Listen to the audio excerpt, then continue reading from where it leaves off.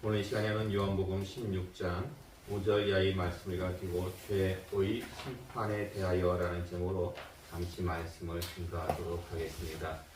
요즘 우리는 예수님의 고별 설교를 살펴보고 있는데요. 여러분 혹시 기억나십니까? 예수님의 고별 설교는 결코 짧지가 않습니다. 14장, 15장, 16장, 더 나아가서 17장까지 꽤 분량이 되는데요. 딱 핵심이 되는 두 단어가 있습니다. 고별 설교의 핵심이 되는 두 단어, 무엇과 무엇입니까? 그렇죠. 사랑과 성령. 성령과 사랑. 자, 그러면은 그 성령과 사랑 중에서 딱 하나만 고르라면 사랑.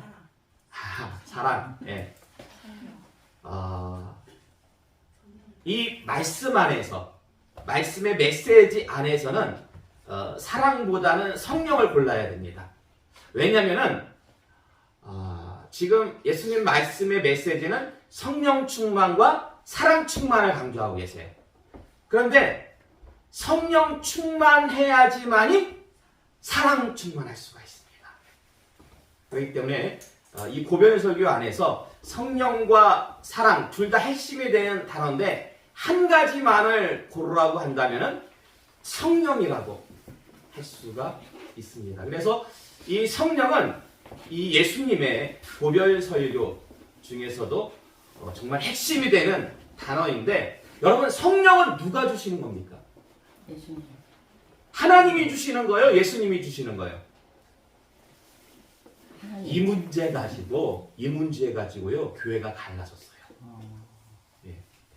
원래 예수님 돌아가시고 나서 초대교회 생성된 이후로 교회는 하나였어요. 교회가 하나였다가 약 주 1000년경에 1024년인가요? 그때 동방교회하고 서방교회로 나뉘게 된 원인이 바로 이거였어요. 성령이 하나님으로부터 나오냐 아니면 성령이 하나님과 예수님으로부터 나오느냐. 근데 우리가 믿는 교리는 무엇이에요? 성령은 누구로부터 나온다? 에헤이. 성령은 하나님과 예수님으로부터 나옵니다. 성령은 하나님과 예수님으로부터 그렇게 나옵니다. 왜냐하면 말씀에도 우리가 그동안에 좀 몇 번 살펴본 적이 있어요. 자, 성령은 누구로부터 나온다고요? 하나님과 예수님. 그러므로 제자들에게 성령이 임하려면 예수님이 어찌 해야 됩니까? 하늘로 올라가셔야죠. 하늘로 올라가셔가지고 제자들에게 성령을 주셔야 된다라는 것입니다. 그런데요, 예수님이 하늘로 올라가시기 위해서는 먼저 어찌 하셔야 됩니까? 먼저 십자가에서 돌아가셔야 돼요. 돌아가시지 않고 올라갈 수는 없잖아요. 먼저 돌아가셔야 됩니다. 따라서 예수님의 올라가심은 예수님의 죽으심을 전제로 가 있는데요. 사실 오늘 말씀 보니까 이 고별 설교를 하시는 예수님의 마음이 좀 답답하셨어요. 예수님의 마음이 답답하셨어요. 왜 답답하셨을까요? 예수님의 마음이 설교하시면서. 오늘 본문 5절 말씀 보실까요? 오늘 본문 5절 말씀 보시면 예수님께서 뭐라고 말씀하시냐면, 지금 내가 나를 보내신 이에게로 가는데 너희 중에서 나더러 어디로 가는지 묻는 자가 있어요? 없어요? 없고. 근데 여러분 요한복음 13장 36절의 말씀 볼까요? 요한복음 13장 36절의 말씀 자취보 보세 함께 봉독하겠습니다. 시작. 시몬 베드로가 이르되 주여 어디로 가시나이까? 예수께서 대답하시되 내가 가는 곳에 내가 지금은 따라올 수 없으나 후에는 따라오리라. 아멘. 이 말씀이 고별 설교의 초두에 나오는 말씀이에요. 지금 베드로가 예수님께 어디로 가시다고 질문했습니까? 안 했습니까? 했죠. 자, 그리고 요한복음 14장 5절의 말씀 볼까요? 요한복음 14장 5절의 말씀 함께 봉독하겠습니다. 시작. 도마가 이르되 주여 주께서 어디로 가시는지 우리가 알지 못하거늘 그 길을 어찌 알겠사옵나이까. 아멘. 자, 지금 도마도요 예수님께 어디로 가시는지 질문했습니까? 안 했습니까? 했어요. 질문했어요. 근데 지금 예수님께서 뭐라고 말씀하시냐면 너희 중에서 나더러 어디로 가는지 묻는 자가 있다 없다?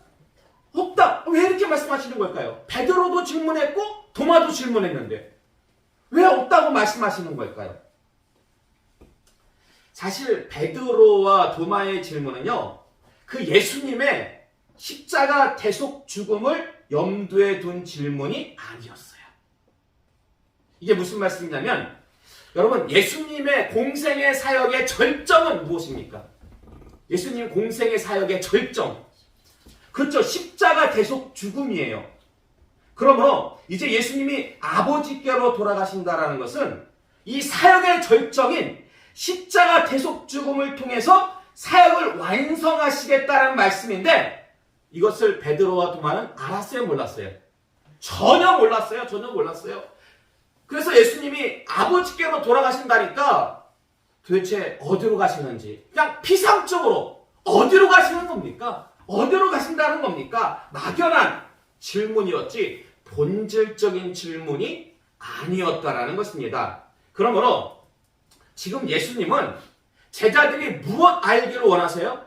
예수님의 사역의 본질, 이제 아버지께로 돌아가신다는 것이 이 공생의 사역의 절정인 십자가 대속 죽음의 그 본질을 예수님은 제자들이 알기를 원하시는 거예요. 그러나 제자들은 전혀 알지를 못해요. 그래서 마음이 답답하신 거예요. 마음이 답답하신 거예요. 반면에 6절 말씀 볼까요? 6절 말씀 보시면 함께 봉독할까요? 6절 시작. 도리어 내가 이 말을 함으로 너희 마음에 근심이 가득하였도다. 아멘. 그러니까 제자들에게 근심이 가득한 이유는 무엇 때문이었습니까? 예수님께서 이 말씀을 하심으로 예수님께서 떠나가신대요. 아버지께로 떠나가신대요. 아니, 예수님을 지금 제자들이 따른 이유가 뭡니까? 예수님께서 지상의 왕이 되시면은 한 자리씩 해먹으려고 예수님을 여지껏 따랐는데 예수님께서 떠나가신대요. 그리고 그곳은 제자들이 올 수 없는 곳이래요. 그래서 이 말씀을 듣고서는 제자들 마음에 근심이 가득했어요. 그러니까 제자들에게 있어가지고 근심이 가득한 이유는 어찌 보면 예수님이 떠나서가 아니라 예수님이 떠남으로 말미암아가지고 자기들이 꿈꾸던 그 한 자리를 하지 못하기 때문이죠. 요즘 아주 나라가 뉴스만 틀면은 뭘로 시끄럽습니까? 정치. 그렇죠. 정치, 선거, 예? 총선 문제로 해가지고 얼마 전까지만 해도 막 공천. 야, 저는 개인적으로 더불어민주당은 지지하지 않습니다. 예, 개인적으로. 근데 이렇게 공천하는 거 보면서 그 박용진이라고 하죠. 박용진. 야, 저 사람 참 제가 봐도 참 좀 안 됐다. 예? 저 사람 나름 똑똑한 사람인데, 야, 막 이렇게 점수도 일부러 마이너스 주면서까지. 근데 그 상대방들이 다 박용진보다 못한 사람들이었고 막말하고 성폭행한 사람들을 막 이렇게 변호하고 해가지고 다 막 공천이 막 뒤바뀌었잖아요. 야, 그런 거 보면서 참 정치라는 게 참 정말 아사리판 맞아요. 아사리판이야 정말 정치가. 예. 근데 어떻게 보면 제자들도 지금 예수님을 따라다닌 목적이 세상을 구원함에 있는 것이 아니었어요. 예수님은 세상을 구원하시기 위해서 그 사역을 감당하시는 건데, 지금 제자들은 어떻게든 한 자리, 예? 한 자리 얻을까 해가지고. 그래서 예수님이 떠나신다니까 그 마음이 답답해졌던, 근심으로 가득 찼던 것입니다. 그러므로 지금 예수님의 그 십자가 대속 죽음을 앞에 두고 입장이 달라요, 완전히. 예수님과 제자들의 입장이. 예수님은 제자들이 십자가 사역의 본질을 깨닫지 못했기 때문에 마음이 답답해 하셨던 거고, 반면에 제자들은 예수님이 떠나신다니까 그로 인해서 근심이 가득했던 건데요. 어떻게 이해가 되시죠? 이해가 되시죠? 자, 그렇다면 중요한 거는 이 말씀이 우리에게 적용되는 거죠. 여러분 지금 마음이 염려와 근심 가운데 있습니까? 아니면 평안과 기쁨 가운데 있습니까? 염려와 근심이 더 이게요. 여러분 하나님이 우리를 이 세상에 보내신 목적이 뭡니까? 하나님이 우리를 이 세상에 보내신 목적이 뭐예요? 인간의 목적이 뭡니까? 하나님을 영화롭게 하기 위해서. 여러분 이 땅에 태어난 것은요. 하나님께서 하나님을 영화롭게 하시라고 여러분을 이 땅에 보내신 거예요. 그래서 여러분의 삶의 목적은 하나님의 영광이에요. 자, 그러면 하나님을 영화롭게 하기 위해서 우리가 사는 어떤 기준이요. 하나님의 말씀과 뜻이 되어야 되겠습니까? 아니면 우리의 소견이 되어야 되겠습니까? 하나님 말씀과 뜻. 그렇죠. 하나님의 말씀과 뜻. 하나님의 그 말씀과 뜻을 분별하고 그 말씀대로 준행하면 우리 마음 가운데 염려와 근심이 있겠습니까? 아니면 평안과 기쁨이 있겠습니까? 평화. 평안과 기쁨이 있죠. 그럼에도 불구하고 우리 마음 가운데 염려와 근심이 있다는 것은 우리의 삶의 기준이 하나님의 말씀과 뜻이 아니라 무엇이란 얘기예요? 내 소견. 내 소견. 어떤 일을 결정함에 있어가지고 하나님의 말씀과 뜻대로 결정하기보다 내 소견에 옳은 대로 결정하면 그 마음 가운데 하나님이 주시는 평안과 기쁨이 아니라 염려와 근심. 그러므로 제자들이요 지금 예수님의 말씀의 그 고백 설교를 들으면서 예수님의 말씀의 뜻을 올바로 깨닫다면 마음 가운데 근심이 가득하지 않았을 거예요. 예수님이 비록 떠나시지만은 그 마음 가운데 평안과 기쁨이 있었을 텐데 그 말씀의 뜻을 올바로 깨닫지 못했기 때문에 근심이 가득했던 것입니다. 지난주 화요일 날 안천교회에서 교단 목회연구회가 있었습니다. 그래서 교단에 있는 현역 목사님들과 부교육자들 함께 모였는데요. 그때 우리 중부노회 서기 목사님께 제가 우리 교회의 근황을 좀 질문을 드렸습니다. 첫 번째는 노예 이전에 관한 거였어요. 전에도 여러분에게 설명을 드렸죠. 현재 우리가 중부노회에 속해 있어요. 중부노회에 속해 있는데 지역적으로는 우리가 남부노회에 속해 있는 게 맞아요. 지역적으로는. 그래서 노회에서도 권면을 해가지고 저희가 이제 남부노회로 가겠습니다라고 그렇게 여러분들이 그때 같이 교회에서 공동회의 하면서 사인해주고 해가지고 서류를 다 올렸어요. 그래서 언제쯤 결정이 납니까? 그렇게 물어보니까 이 교회를 이렇게 받아들이는 것, 그 노회에서 남부노회에서 우리 은혜의회 은혜교회를 남부노회로 받겠습니다라고 결정하는 것은 노회 때 결정이 되는 거예요. 예, 노회 때 결정이 되기 때문에 이제 봄 노회 때 4월 말쯤 되면은 노회마다 다 노회를 정기 노회를 해요. 그러면 그때 그 노회에서 이제 우리 교회를 받겠습니다라고 결정을 하면 이제 우리가 그때부터 이제 남부 노회로 이관이 되는 거죠. 예. 그리고 또 한 가지 질문은 뭐였냐면은 지원금에 관한 거였습니다. 교회가 개척을 하게 되면은 노회에서 일반적으로 노회에서 1,000만 원 그리고 총회에서 2,000만 원을 지원을 해줍니다. 근데 아직 우리가 받지 못했어요. 그래서 서류는 다 올렸어요. 서류를 다 올렸는데 제가 알기로 노회 지원금은 다 이제 거친 걸로 알고 있어요. 이제 회계 장로님을 통해 가지고 이제 내려오기만 하면 되는 거고 이 총회 지원금은 실사를 통해서 6월경에 나올 수도 있다라는 얘기를 하시더라고요. 노회 서기 목사님이. 그러니까 무슨 말씀이냐면 이제 4월 초 한 몇 주 지나면 4월 초죠. 4월 초에 총회 임원회의에서 식사를 한 후에 지원금을 주자라고 그렇게 결정이 되면 식사가 나온대요. 식사가 나와가지고 2달에 한 번씩 있는 것 같아요. 총회 임원회의가. 그래서 그때 보고가 되면은 아마 6월경이나 총회 지원금이 나올 수도 있을 것이다 라고 그렇게 얘기를 하시는데 사실 우리 교회는요 그 지원금이 언제 필요합니까? 언제까지 필요해요? 우리 4월 말까지 필요해요. 왜냐면은 우리는 그 지원금을 가지고 저 감사교회를 구입하는 데 있어가지고 사용해야 되기 때문에 당장 4월 15일 날 중도금 1억 5천만 원을 지급해야 되고 나머지 잔금에 대해서는 4월 30일까지 지급을 해야 됩니다. 근데 우리가 그때 전에도 제가 이렇게 예산을 갖다 여러분들에게 보여준 것처럼 우리는 4월 말까지로 예산을 이렇게 생각하고 있는데 이게 총회에서 6월경에나 우리에게 지원을 해주면은 계획에 차질이 생기잖아요. 계획에 차질이 생기잖아요. 근데 그때 제가 노예석기 목사님의 얘기를 들으면서 막 이런 상황을 설명하지 않았어요. 사실 노예석기 목사님은 총회 임원도 아니에요. 예, 그렇기 때문에 뭐 그분이 총회 가가지고 이렇게 얘기할 수 있는 어떤 여력도 안 되고 그냥 들으면서 알겠다고만 했습니다. 근데 왜 제가 알겠다고만 했냐면은 저는 믿어요. 뭘 믿냐면 저 감사교회를 주신 것이 하나님의 뜻이라고 믿습니다. 지나온 그 여정과 과정들을 이렇게 놓고 볼 때에 하나님께서 교회 건축을 허락하지 않으셨어요. 이상하게 막 연장시키셨어요.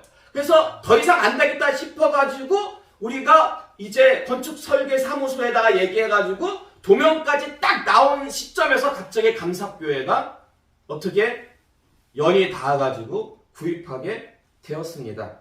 그래서 저는 이 모든 것이 하나님께서 계획하신 바라고 믿습니다.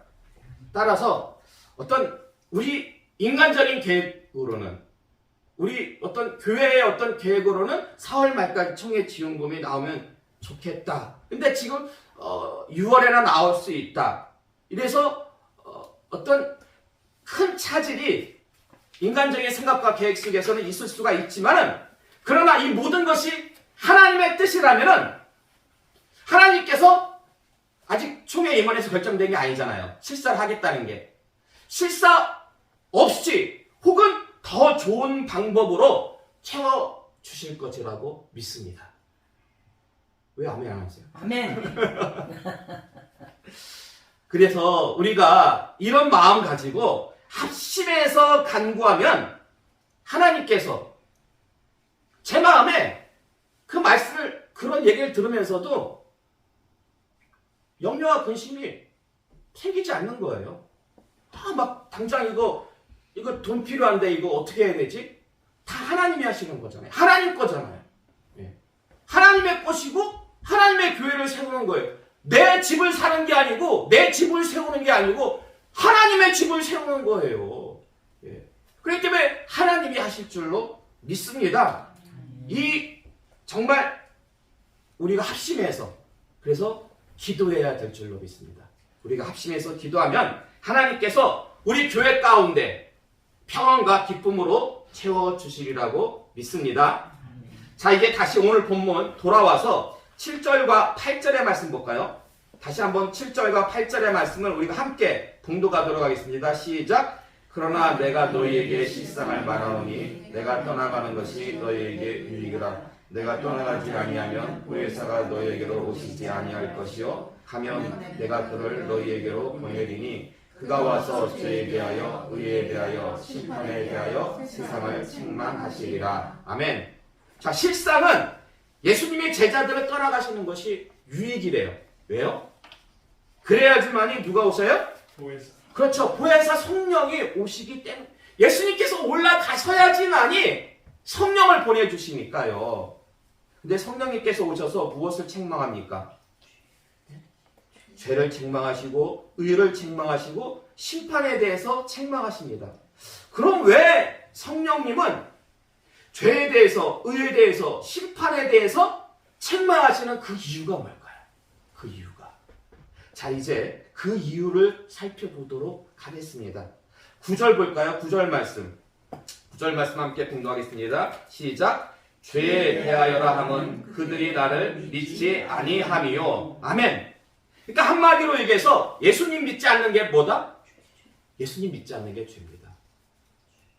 그런데요, 왜 유대인들이 예수님을 믿지 않은 걸까요? 왜 유대인들이? 자, 여러분, 요한복음 15장 20절에서 21절의 말씀 볼까요? 요한복음 15장 20절에서 21절의 말씀을 개봉하겠습니다. 시작.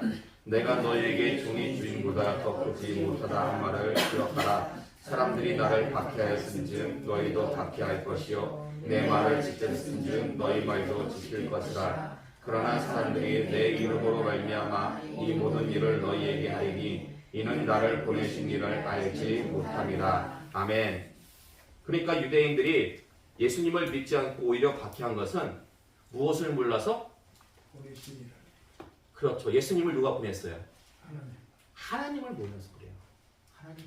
하나님을 몰랐기 때문에 예수님을 박해했던 거예요. 예수님을 믿지 않은 거예요. 근데 여러분, 유대인들이 하나님을 모른다? 이게 말이 됩니까? 유대인들이 하나님을 모른다? 여러분, 히브리어로 야다라는 단어 제가 말씀드렸는데 기억나십니까? 야다 무슨 뜻이에요? 히브리어 야다? 알다. 비슷하잖아요. 야다, 알다. 야다, 알다. 우리말로는 알다라는 뜻입니다. 그런데 이 야다라는 뜻은요, 이게 단순히 아는 게 아니라 부부간에 동침할 때도 쓰는 단어가 야다예요.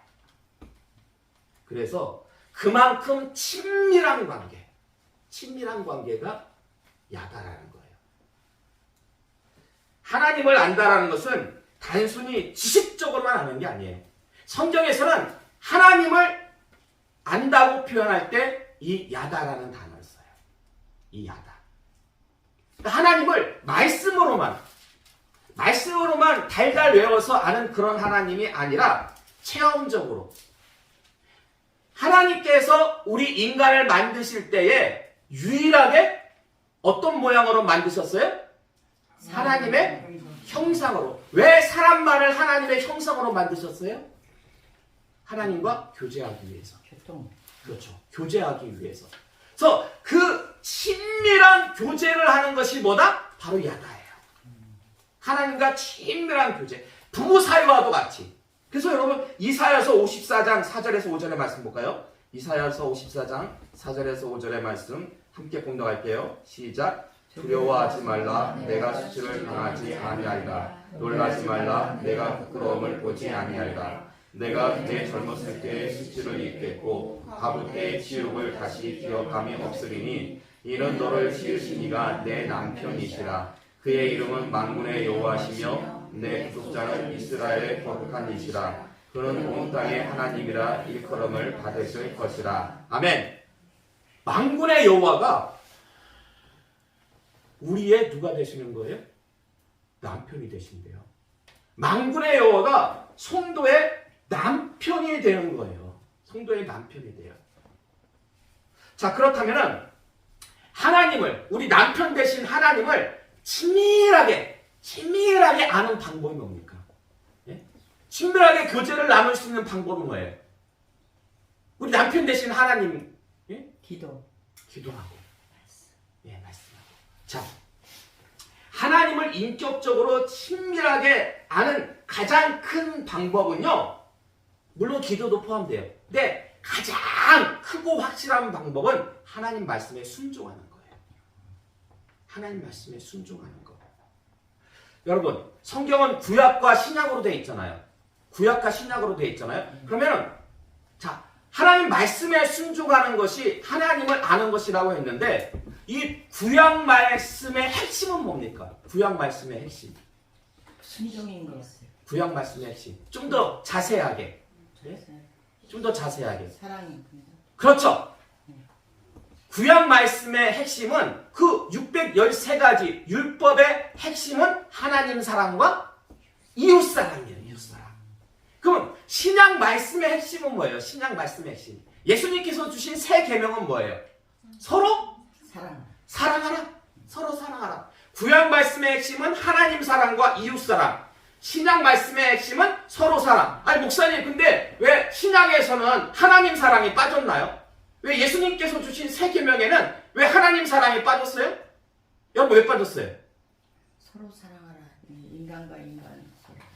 자, 요한일서 4장 20절에서 21절의 말씀 볼까요? 요한일서 4장 20절에서 21절의 말씀 함께 공동하겠습니다. 시작. 누구든지 하나님을 사랑하노라 하고 그 형제를 미워하면 이는 거짓말하는 자니 보는 바 그 형제를 사랑하지 아니하는 자는 보지 못하는 바 하나님을 사랑할 수 없느니라. 우리가 이 계명을 주께 받았나니 하나님을 사랑하는 자는 또한 그 형제를 사랑할지니라. 아멘. 그러니까 형제를 사랑하는 게 뭐다? 하나님을 사랑하는 거죠. 형제를 사랑하는 게 하나님을 사랑하는 거예요. 그러니까 예수님께서 서로 사랑하라라고 세계명을 주셨잖아요. 그 안에는 누구도 사랑하라는 말씀이 들어있는 거예요? 하나님. 하나님을 사랑하라는 말씀도 들어있는 거예요. 예. 말씀을 좀 정리하면요. 야다. 하나님을 알다. 이 야다. 하나님과의 인격적인 친밀한 교제는 결국 무엇을 통해서 이루어진다? 예? 사랑인데 누구를 사랑하는? 형제 사랑. 형제를 사랑함으로, 형제 자매를 사랑함으로 하나님과의 인격적인 교제, 친밀한 교제가 이루어지는 것입니다. 그러므로 형제 자매를 사랑하지 않는 것은 하나님을 아는 것이 아니에요. 하나님을 모르기 때문에 예수님을 믿지 않은 거예요.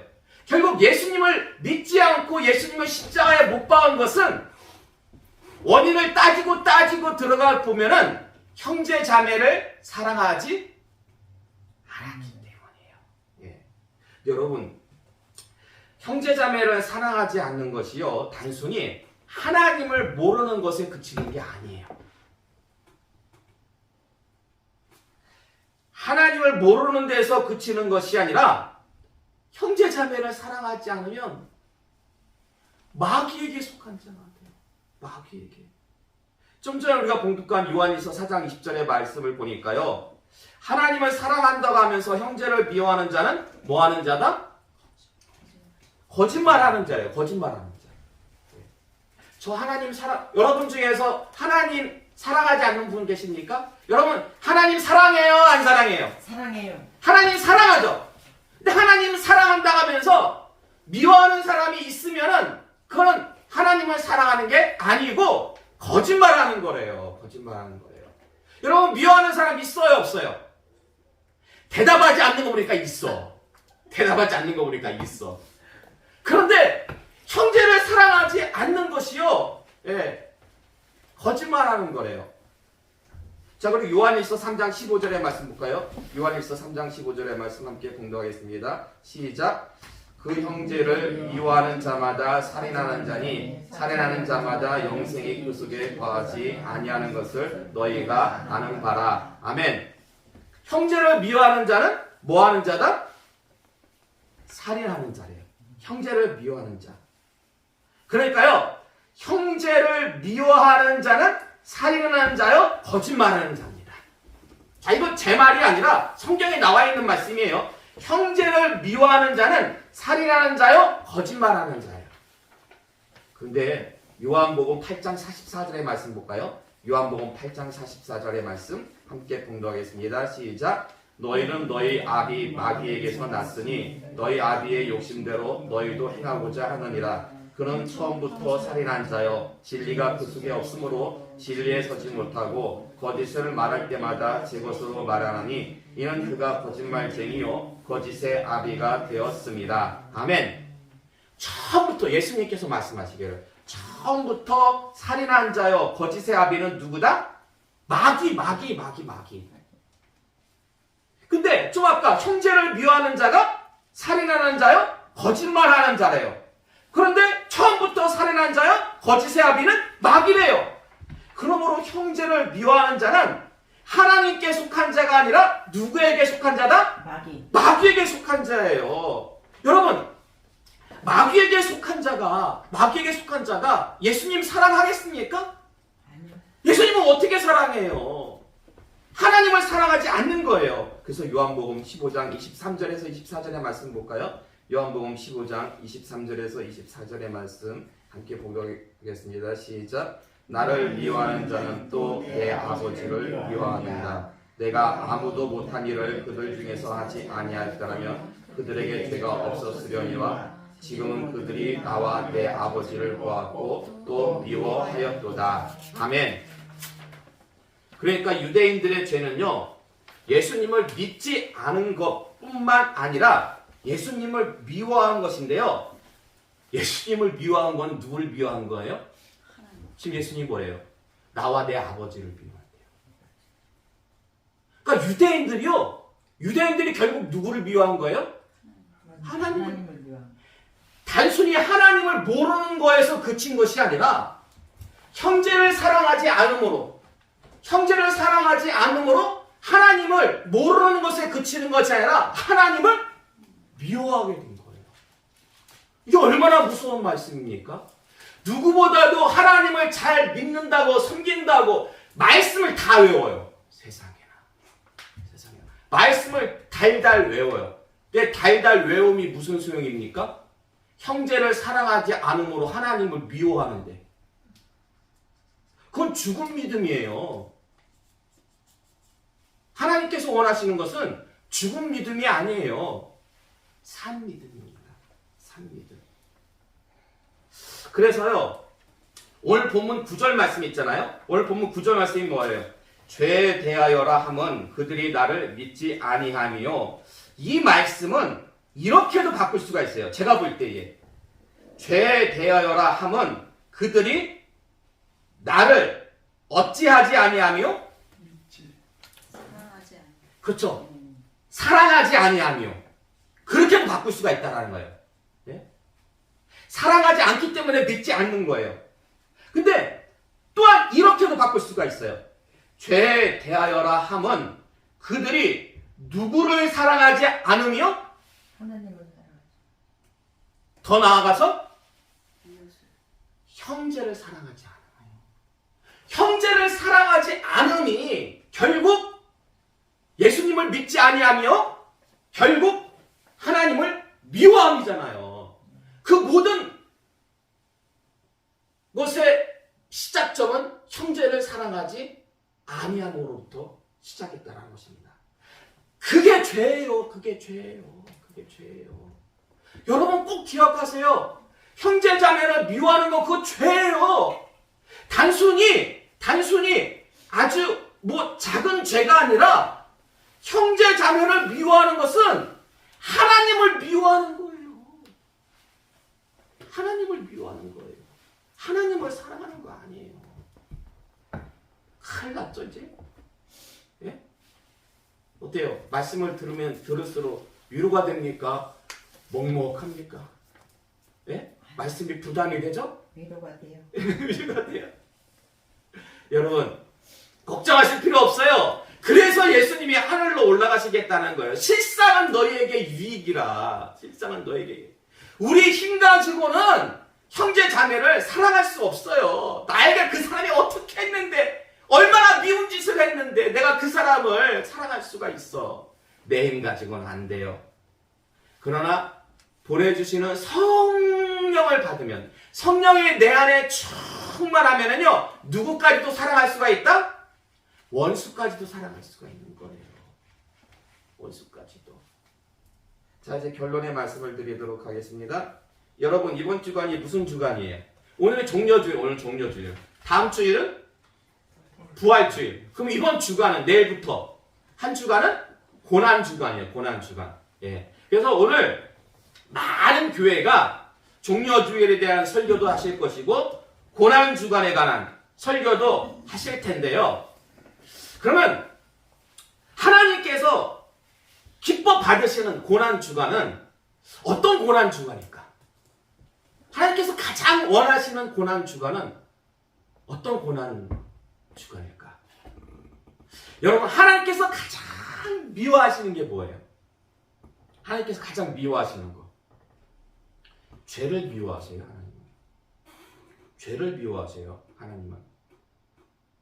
그렇기 때문에 하나님께서 가장 기뻐 받으시는 건 뭐예요? 죄를 멀리하는 거예요. 죄를 멀리하고 죄를 없이 하는 거예요. 죄를 없이 하는 거. 근데 죄를 없이 하는 게 뭐예요? 그동안 내가 용서하지 못했던, 이해하지 못했던, 사랑하지 못했던 그 형제 자매를 어떻게 하는 거예요? 이해하고 용서하고 사랑하는 거예요. 형제를 이해하고 용서하고 사랑하는 것이 하나님께서 가장 기뻐하시는 거예요. 그 형제자매를 이해하지 못하고 용서하지 못하고 사랑하지 못하는 것. 그러면서 신앙생활하는 것은요, 예수님을 십자가에 못 박았던 그 당시의 유대인들과 다를 바가 없어요. 제가 볼 땐 그래요. 예수님을 믿노라 하면서도 목사님 몰라서 하는 소리죠. 그 인간들이 저한테 어떻게 했는데. 여러분, 아무리 그 인간들이 여러분한테 힘들게 했어도요, 예수님만큼은 아니에요. 예수님이 당하신 고난만큼은 아니에요. 예수님은 더 억울해요. 죄가 하나도 없으신 분인데 십자가에 달려 돌아가셨잖아요. 우리가 그 예수님을 믿는다면 우리도 그 은혜에 감사해서 우리도 용서해야 되지 않을까요? 그럴 때 하나님께서 그 모습을 보시고 가장 기뻐하시지 않을까요? 여러분, 맡기세요. 다 하나님께. 예. 여러분을 힘들게 하고 여러분을 아프시게 했던 그 사람들에 대한 심판은 하나님이 하십니다. 여러분이 그 아픔을 안고 있잖아요. 그 미움을 안고 있으면 여러분만 손해예요. 하나님은 당신의 자녀가 미움을 안고 사는 것을 원치 않으셔요. 오직 사랑이 충만한 인생 되기를 원하십니다. 그래서 여러분이 형제자매를 이해하고 용서하고 사랑하는 그런 한 주간이 되면은요, 하나님께서 가장 기뻐하시는, 기뻐 받으시는 그런 고난주간이 될 줄로 믿습니다. 이제는 우리가 아는 거에서만 그치는 것이 아니라 우리가 순종하기를 원합니다. 하나님 말씀에 적극적으로 순종함으로 이 고난 주간을 거치면서 미워함으로 인해서, 죄로 인해서 염려와 근심이 가득한 그러한 고난 주간 되는 것이 아니라 이해하고 용서하고 사랑함으로 평안과 기쁨이 가득 넘치는 그러한 고난 주간 되시기를 주님의 이름으로 축원합니다. 아멘.